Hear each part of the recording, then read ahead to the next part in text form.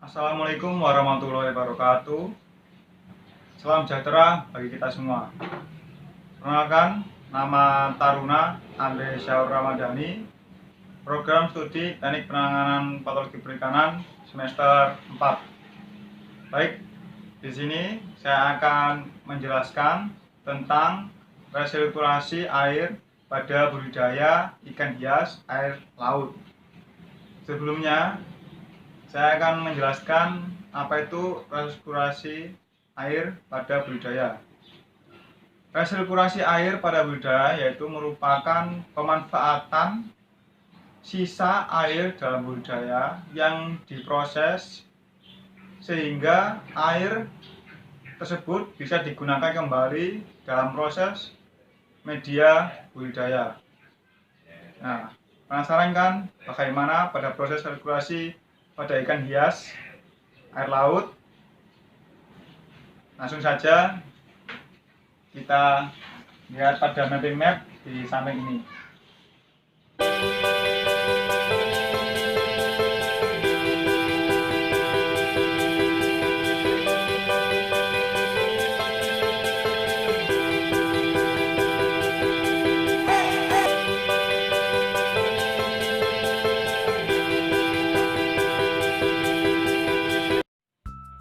Kita bisa lihat sistem resirkulasi air ikan hias air laut pada mapping map di samping saya ini. Di sini saya memiliki 3 buah kolam, yaitu kolam 1, kolam 2, dan juga kolam 3, di mana pada setiap kolam memiliki 2 pasang outlet air, yaitu ada di dasar kolam dan juga ada di permukaan kolam. Yang pertama yaitu pada dasar air kolam.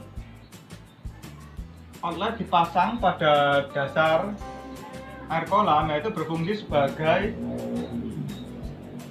penyaring sisa-sisa kotoran seperti feses dan juga pelet yang tidak termakan oleh ikan.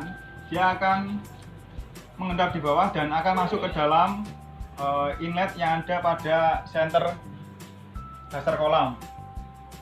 Dan yang kedua yaitu berada pada permukaan air kolam.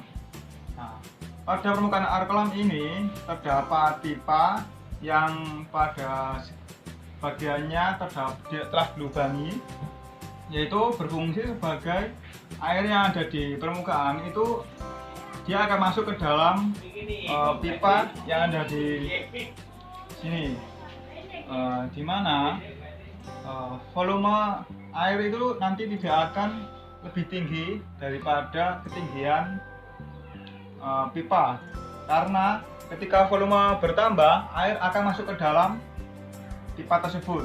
Nah, ini nantinya akan dari sisa kotoran baik feses maupun sisa makan yang ada di permukaan yang mengambang di air, dia akan masuk ke dalam pipa pada outlet di permukaan air, baik outlet 1 dan juga outlet 2 dasar maupun permukaan. Dia akan masuk ke sini, masuk dan menuju ke pipa yang di bawah ini, mulai dari pipa 1, 2 maupun 3 semua akan masuk melalui satu jalur, yaitu pipa yang di dasar ini satu. Mulai dari kolam 1, 2, 3 masuk, dia akan masuk mengalir pada bak filter. Di dalam bak filter ini air akan masuk turun ke bawah, dia akan disaring atau difilter oleh beberapa item atau step, yaitu diantaranya kita lihat di sini. Pada tahap filterisasi, yaitu di bagian atas sendiri, yaitu step 1 terdapat kapas. Kapas ini berfungsi sebagai penyaring kotoran-kotoran seperti feses ikan dan sisa pakan pelet yang tidak termakan oleh ikan. Dia akan disaring oleh kapas. kapas ini bisa disebut dengan dakron. Selanjutnya, setelah air melewati kapas, dia akan melewati step kedua, yaitu zeolit. Zeolit ini sejenis batu-batuan kecil seperti kerikil, di mana berfungsi sebagai penjernih air secara alami. Selanjutnya, air akan menuju ke bawah ke arah step 3, yaitu arang. Pada arang ini bersifat karbon aktif, di mana berfungsi sebagai menyerap zat kontaminan yang ada di dalam air. Setelah itu, step keempat terdapat ijuk. Ijuk ini berfungsi sebagai menyaring partikel-partikel halus yang ada dalam air. Selanjutnya, pada step yang terakhir, yaitu kelima, yaitu saringan.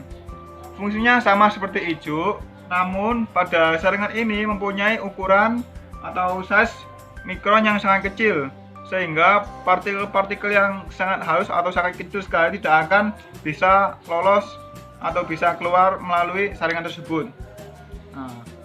Air yang akan keluar nantinya akan bersih dan juga tidak terdapat kotoran-kotoran maupun partikel-partikel yang buruk terhadap lingkungan. Setelah air yang telah melewati proses filter, dia akan turun ke bawah. Nah, pada dasar bak ini terdapat yaitu katnes seperti plastik berwarna putih. Dia ini katnes ini berfungsi sebagai biofilter. Jadi bakteri pengurai amonia akan hidup di dalam rongga katnes ini. Jadi bentuknya katnes itu seperti ada rongga-rongga di bagian tubuh katnes. Dan katnes ini dia diberi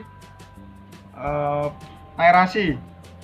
Nah, jadi ketika sistem kerja ini berfungsi, katnes akan melayang-layang pada perairan di dalam air tersebut, sehingga amonia yang ada di dalam air akan terurai dan masuk ke dalam katnes tersebut. Setelah itu, air akan dipompa, disedot, dimasukkan ke dalam pada bak 2. Di dalam bak 2 ini terdapat protein skimmer yang berfungsi sebagai menyerap protein terlarut yang ada di dalam air. Jadi protein dan lemak yang ada di perairan dia akan diserap oleh alat tersebut. Terus sisa kotoran yang berupa protein yang tidak digunakan oleh air nanti akan masuk ke dalam selang ini, masuk ke dalam selang dan dimasukkan ke dalam botol. Setelah itu, air yang telah diproses melalui alat protein skimmer dia akan masuk ke dalam bak penampungan. Nah, pada bak penampungan ini terdapat sebuah tanaman mangrove, yaitu untuk menyerap nitrat, di mana nitrat itu dihasilkan melalui hasil penguraian amonia yang telah diurai oleh biofilter, yaitu pada sistem biofilter tadi. Biofilter ini menghasilkan nitrat. Nah, pada bak penampungan diberi tanaman mangrove yang berfungsi untuk menyerap kandungan nitrat yang ada di dalam perairan. Setelah itu, air akan disedot oleh pompa, disedot ke atas dan melalui pipa. Air tersebut akan dialirkan melalui kran-kran inlet yang ada pada atas kolam.